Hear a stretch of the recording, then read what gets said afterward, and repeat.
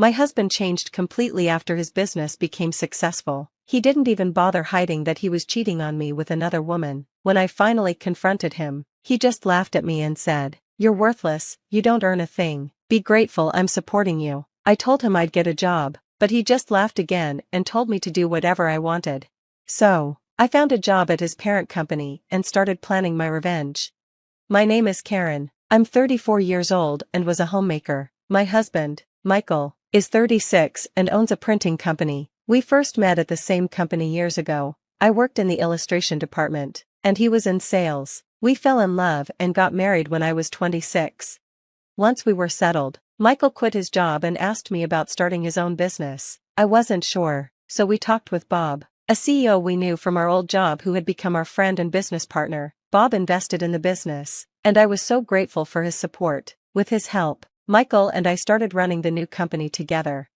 In the beginning, we struggled in a tiny apartment, but when the company grew, we were able to move into a high-rise condo. Then Michael asked me to stop working and be a homemaker instead. "I'll hire someone else for the illustrations," he said. "I want you to support me from home." I agreed, though I was sad to leave my illustration work. Bob was also disappointed but told me he'd support me if I ever wanted to get back into it.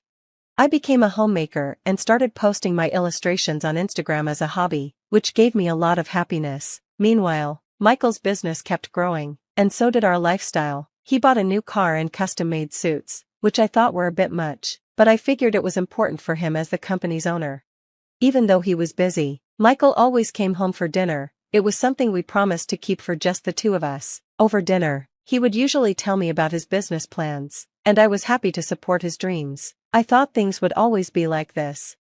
But as the company grew, Michael started acting differently. He stopped talking to me about the business during dinner. When I asked how things were going, he'd just say, "It's fine," without any enthusiasm. When I pressed him to share more, he snapped, "You wouldn't understand. You're always at home, you don't know anything about this."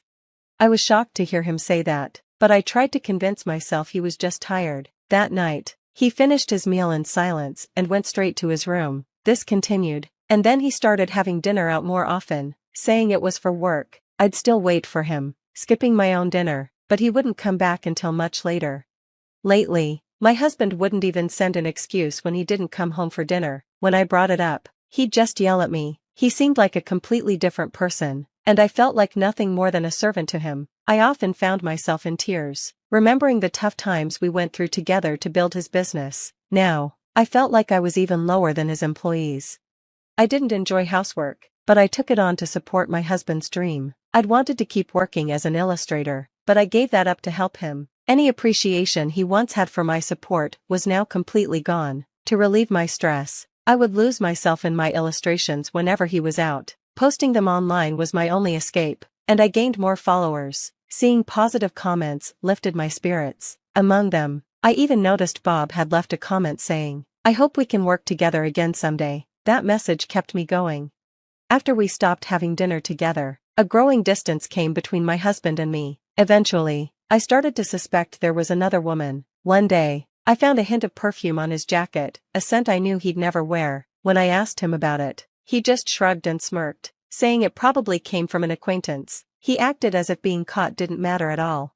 For the first time, my sadness turned into anger. I was tired of feeling mocked and left alone at home, doing nothing but housework. The fear of being left behind by the world grew each day, and my friends would only say they were jealous of me when I tried to talk about it. My parents brushed it off as a luxury problem. I felt completely alone in dealing with it. Then one day, my husband came home drunk. I helped him to bed, and that's when I noticed a lipstick mark on his shirt. There was no way he'd come home with a lipstick mark on his shirt by accident. It felt like a challenge from the other woman. Finally, I had proof that he was cheating. The next day, I showed him the shirt and confronted him. "Where were you last night? And what's this lipstick mark?" I asked. He looked at the mark, surprised, but stayed calm. "I was at a bar with friends. It must have happened then." "But for that to happen, you'd have to take off your jacket. Didn't you notice?" I pressed. "I don't remember," he replied, then suddenly stood up and slapped me. I fell back, feeling a hot sting on my cheek, shocked and unable to believe what had just happened. "When will you understand?" he said angrily. "Who do you think is providing for us?" He left the room, and I sat there crying. Watching him go, the reality hit me hard. My husband had changed. He no longer loved me. From then on, he became even more aggressive. If he didn't like a meal I'd made, he'd throw the plate on the floor. This tastes awful. Do you even know what I like? If you want to stay my wife, improve your cooking, he'd say, getting up to leave. I'll eat out if this is what you're making. Bad food affects my work. I tried to stop him. Wait, I want to cook what you like, but you never come home or talk to me. How can I make anything good if I don't know what you want? He just clicked his tongue in irritation. Then let's get a divorce. I don't need you. I can live without you. But you can't live without me, can you? He looked at me with a smirk. You're worthless. A parasite who doesn't earn a cent. Something inside me snapped. I realized then that the caring, loving husband I once knew was gone. This man would never change. Then I'll get a job, I said firmly.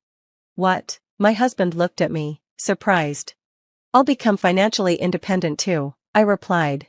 He burst out laughing, clutching his stomach. Who would hire someone as powerless as you? He scoffed. I held back my anger, knowing I had to stay calm. Getting upset would only lead to more abuse. Since I couldn't fight him physically, I'd have to find another way to stand up for myself. Fine, do as you please, he said, but don't slack on the housework. I won't accept you neglecting it just because you're making a few pennies. With that, he left the house. Right away, I began planning.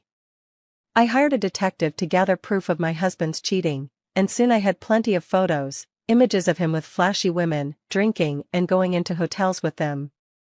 It wasn't just one woman either. He was using his money to impress and date different women. Seeing the photos and reading the detective's report, I didn't feel anger or sadness anymore. Instead, I felt relieved that his bold behavior made it easy to gather evidence. 1 week later, I went to a restaurant on the top floor of a hotel to meet with Bob. I wore the nicest clothes I could find, though I still felt underdressed compared to the other customers. I walked to the reserved table, where Bob was already seated.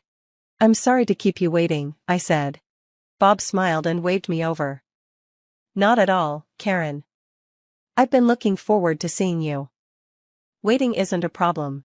Bob had been a big supporter of ours when my husband and I started his company, and he was now the president of my husband's parent company. Thank you so much for helping us when we went independent, I said. Bob nodded. I was surprised when you both decided to go independent, but since we had worked together for a long time, supporting you was no trouble at all. The company seems to be doing well, thanks to you. His face turned serious. But today, we're here because you accepted my invitation, right? He asked, smiling at me warmly. Yes, I replied, straightening up. Bob had always appreciated my illustrations, and he'd funded the business partly because I was involved. He was also the only one who had advised me against giving up my career to become a homemaker. Bob and I had lost touch over the years, but he found me on social media and left a comment on my posts. We started chatting through emails and texts. You've always understood my illustrations, haven't you? I said to him once. I'm so glad you're still drawing. I'm a fan of your work, he replied. Bob even offered to hire me as an illustrator, though I declined because of my household duties. Still, he kept reaching out, encouraging me to join him. A week ago, after another difficult conversation with my husband, I finally decided to accept Bob's offer. During our meeting, Bob hesitated, then looked at me seriously. I hate to bring this up, but Michael's company has a really bad reputation, he said. Really? I was shocked. Michael had always made it sound like everything was going well. Bob explained, since the business started growing, quality has dropped, deadlines are missed, and mistakes keep happening. Worse, Michael doesn't seem to care. Is this widely known? I asked, surprised. Yes. As his company grew, people noticed, but now it's the wrong kind of attention. There are even rumors that he's involved with some questionable people. Hearing this, I realized I didn't know my husband as well as I thought. Then Bob changed the subject, smiling to lift the mood. Anyway, from now on, you'll be doing illustrations for us. No need to outsource, that's a huge plus for our company. And don't worry, we'll make sure it doesn't interfere with your family life, he reassured me. So, I started working for Bob, illustrating remotely from home. I could balance my work with household chores, and it felt amazing to draw for a living again. I had loved doing it as a hobby, but working on commissioned projects was fulfilling in a whole new way. While I was happy, there were times when household responsibilities got in the way, and I found myself wishing I could work freely, without interruptions. But thankfully, my income grew, and I realized that I could support myself if I ever needed to. One day, while I was working, I heard the door slam loudly. I went to see what was going on and found my husband storming toward me, his eyes full of rage. "You traitor," he shouted. At first, I couldn't understand why he was so angry. "I never thought my own wife would take my clients," he fumed. Then I realized, my recent work must have been cutting into his business.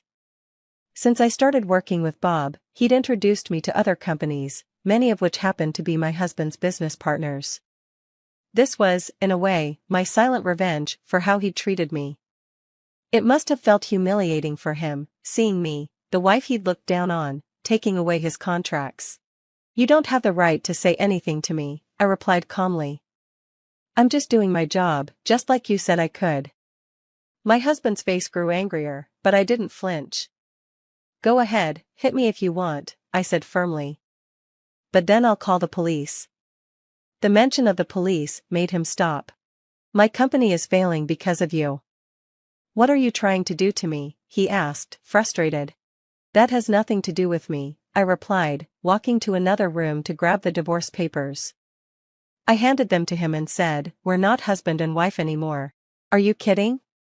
You're divorcing me because my company is struggling? You're nothing but a gold digger," he sneered. "I could have divorced you a long time ago, but I waited for the right time. Now I'm working, earning my own money, and don't need anything from you." "Wait," he pleaded, suddenly sounding desperate. "Let's talk about our company before we talk about divorce. We started it together, didn't we? You kicked me out of that company, remember? I have nothing to do with it now. But I'll make sure I get the compensation I deserve." He glared at me, biting his lip in frustration. "How greedy can you be? You're asking for money when you're the one asking for a divorce? Do you know how many times you hit me?" I asked quietly. "And how openly you cheated on me?" "I have all the proof I need for compensation." I showed him the photos that the detective had gathered. Seeing the evidence, my husband fell to his knees. "Please," he begged. "The company is already in trouble. I can't handle both a divorce and paying you compensation. I need your support. When the company started going downhill, everyone abandoned me except for you." I ignored his pleas.